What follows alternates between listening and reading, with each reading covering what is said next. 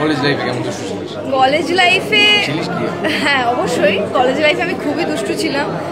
দুষ্টু মানে এখন গল্পে যা দেখাচ্ছে হুবহু তো ছিলাম না, মানে একটু ডিফারেন্ট তো কিছু ছিলই। বাট ওই বাং মাঝে মাঝে কলেজ বাং করা, বন্ধুদের সাথে ঘুরতে যাওয়া, সিনেমা দেখতে যাওয়া, যেটা আমরা করে থাকি, আমিও করেছি, অনেক মজা করেছি, এটাই যেটা আমরা করে থাকি। মানে এটা কিন্তু মানে কাউকে আমরা এনকারেজ করছি না যে তোমরা বাঙ্ক মারো, এটা আমরা করে থাকি না। আমরা যারা খারাপ স্টুডেন্ট তারা এগুলো করে থাকি বা করে এসেছি। হ্যাঁ, কলেজ লাইফ বলতে কি, কলেজ লাইফে সেরকমভাবে তো যাওয়া, মানে ফার্স্ট ইয়ারে কলেজে গেছি একটা প্রেম করতে, সেকেন্ড ইয়ারে যাইনি, আবার থার্ড ইয়ারে গেছি আরেকটা প্রেম করতে। আমার ওই জন্য কলেজ যাওয়া, আর কোনো কারণ নেই। চিটিং কলেজ লাইফে অ্যাকচুয়ালি চিটিং করিনি, কারণ আমি সত্যি কথা বলতে চিটিংটা পয়েন্টটা বুঝতে পারি না, যতক্ষণ মাথায় ঢুকছে ততক্ষণ আমি লিখতে পারি না। তো আমার ওই চিটিংয়ের দেখে দেখে টুকে টুকে লিখবো, কী লিখবো বুঝতে পারবো না, তার থেকে চিটিং না করা ভালো। স্কুলে করেছিলাম MCQ, যেগুলো মাল্টিপল চয়েস কোয়েশ্চেন, ওইগুলোতে করেছি। তুই বল, চিটিং নিয়ে কী করেছিস? চিটিং নিয়ে বলতে মানে কলেজ লাইফে চিটিং করা কিছু ছিল না।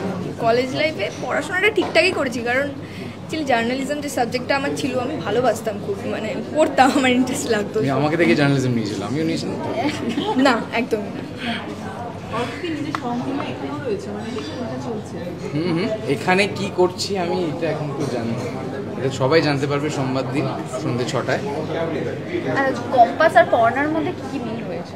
কম্পাস আর পড়ার মধ্যে অনেক মিল রয়েছে। মানে লোকের সাহায্য করার একটা বিরাট মিল রয়েছে। তারপর যেই মিথ্যেটা সমাজের জন্য ভালো, কারোর জন্য ভালো, যেই মিথ্যে দিয়ে একজনের জীবন বেঁচে যেতে পারে, সেই মিথ্যেটা বলা হয়তো কোনো দিক থেকে ঠিক, কম্পাস সেটা করে, পড়নাও সেটা করে।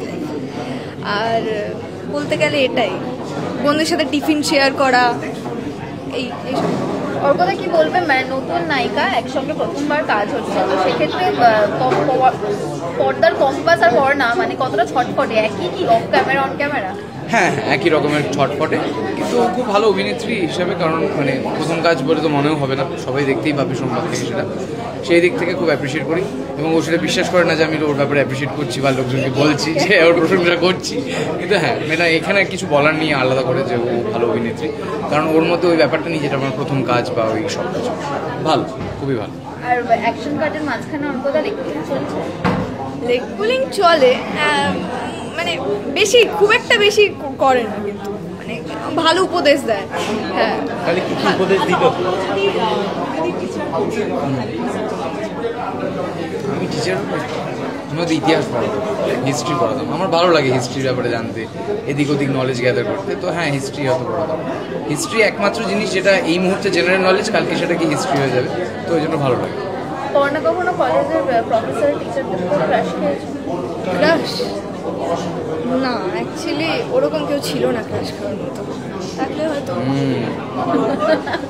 না, আমারও ঠিক নয় ওরকমভাবে। অ্যাকচুয়ালি কেউ আমার টিচারদের মধ্যে কেউ ছিল, স্টুডেন্টদের মধ্যে ছিল। তারপর বল,